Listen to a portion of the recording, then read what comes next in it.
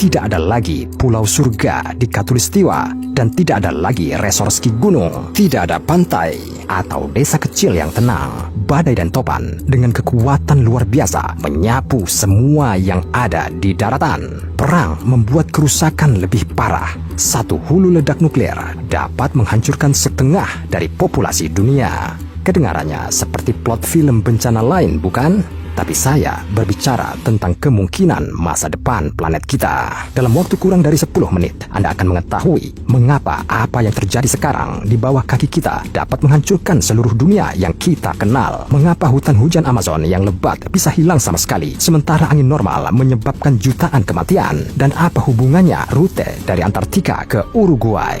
Hampir 150 juta kilometer persegi atau 58 juta mil persegi tanah. 361 juta kilometer persegi atau 139 juta mil persegi air.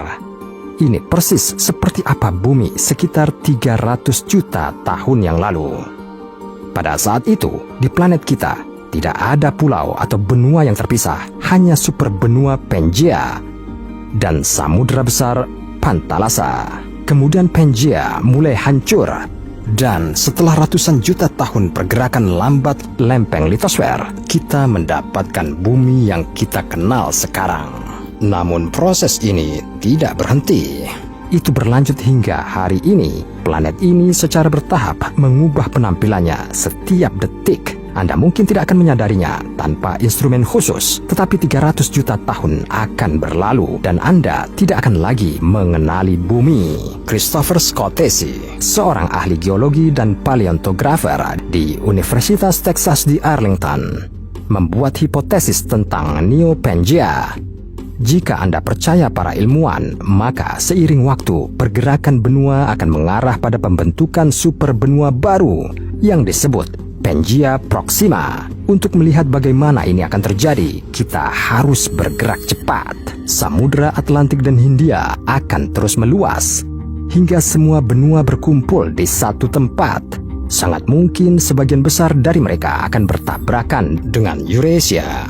Tapi pertama-tama, Amerika Utara akan bergerak ke barat, Eurasia ke timur. Mungkin Inggris Raya akan mendekati Kutub Utara dan Siberia akan bergerak ke selatan menuju garis lintang subtropis yang hangat.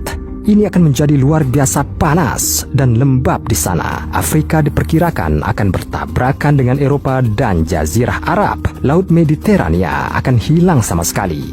Sebagai gantinya, puncak gunung besar akan terbentuk yang mungkin secara signifikan melebihi Mount Everest. California akan berhadapan atau sangat dekat dengan Alaska.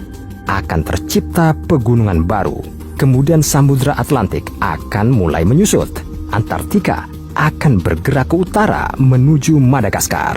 Pada akhirnya, Amerika Utara akan bertabrakan dengan Afrika dan Amerika Selatan akan seolah-olah memeluk dari selatan. Pada saat ini, Samudra Pasifik akan sangat besar sehingga akan memenuhi setengah bumi. Tentu saja, ini bukan satu-satunya skenario untuk pembentukan superbenua. Dunia akan berubah total. Paul Valdez, ahli iklim dari University of Bristol, percaya bahwa kehidupan di superbenua masa depan akan ekstrim. Gempa bumi, aktivitas gunung berapi, tsunami, dan asteroid. Semua ini akan terus mengancam umat manusia. Tetapi kemungkinan dihancurkan oleh sesuatu seperti ini akan menjadi jauh lebih kecil. Apalagi kemungkinan akan menjadi korban dari badai yang sangat kuat. Angin yang dapat menghancurkan bahkan gedung pencakar langit terkuat. Jika superbenua terbentuk pada akhir fase vulkanik aktif, maka atmosfer akan kaya akan karbon dioksida.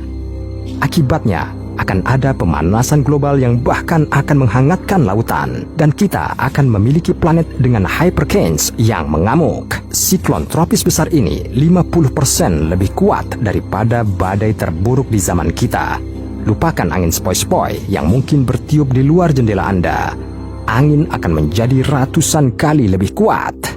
Untuk memberi Anda gambaran kasar tentang kekuatan seperti itu, berikut adalah sebuah contoh.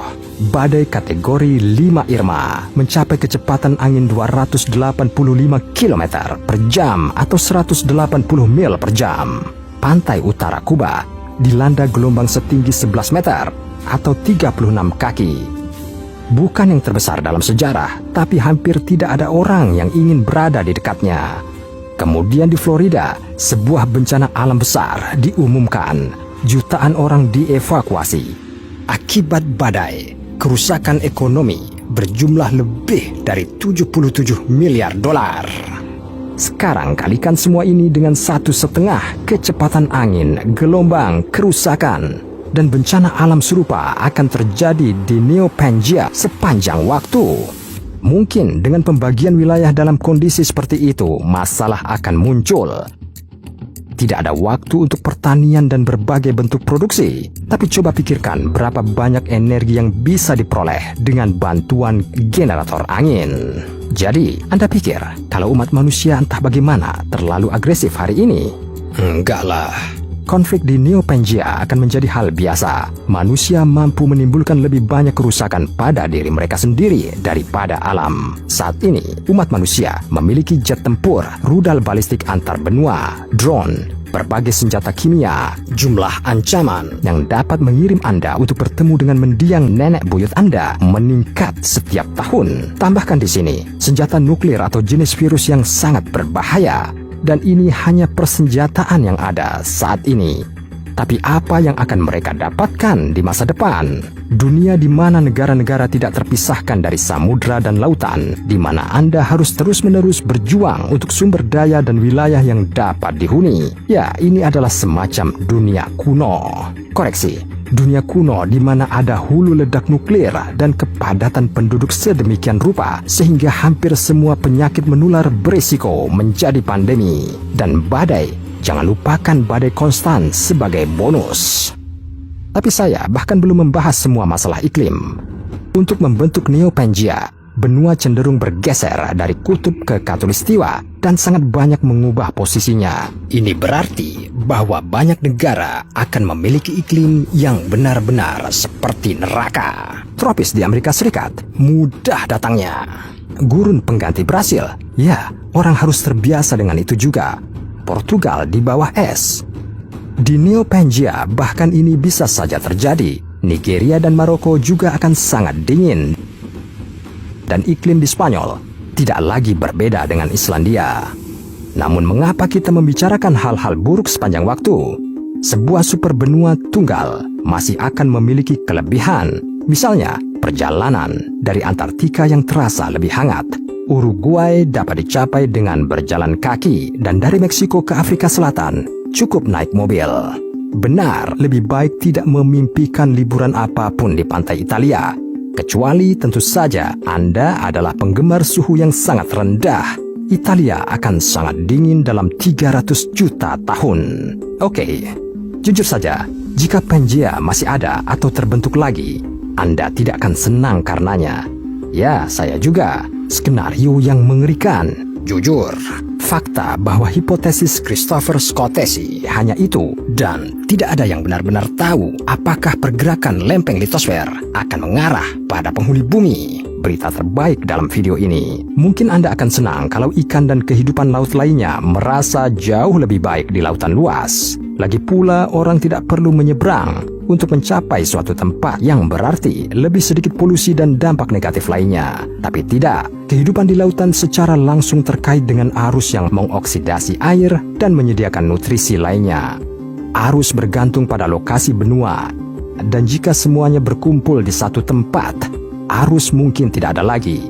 Tidak ada arus, tidak ada oksigen. Beberapa makhluk dapat bertahan hidup di air seperti itu. Tentu saja, saya bisa saja membuat kesalahan selama penelitian saya. Saya hanya seorang pria di internet yang mencoba memberitahu Anda bahwa sains sangat menarik. Mungkin beberapa dari Anda setelah menonton video saya akan terhanyut oleh semua ini, sehingga suatu hari Anda akan membuat penemuan yang luar biasa. Bahkan mungkin membuat roket yang akan mengirim kita ke perbatasan jauh semesta. Tetapi Anda tidak akan iri pada mereka yang akan hidup di planet kita, karena ya, saya tidak akan bergerak sendiri. Ini adalah topik dari salah satu video saya berikutnya. Sementara itu, jangan lupa like video ini, subscribe channel ini jika Anda belum melakukannya, dan klik loncengnya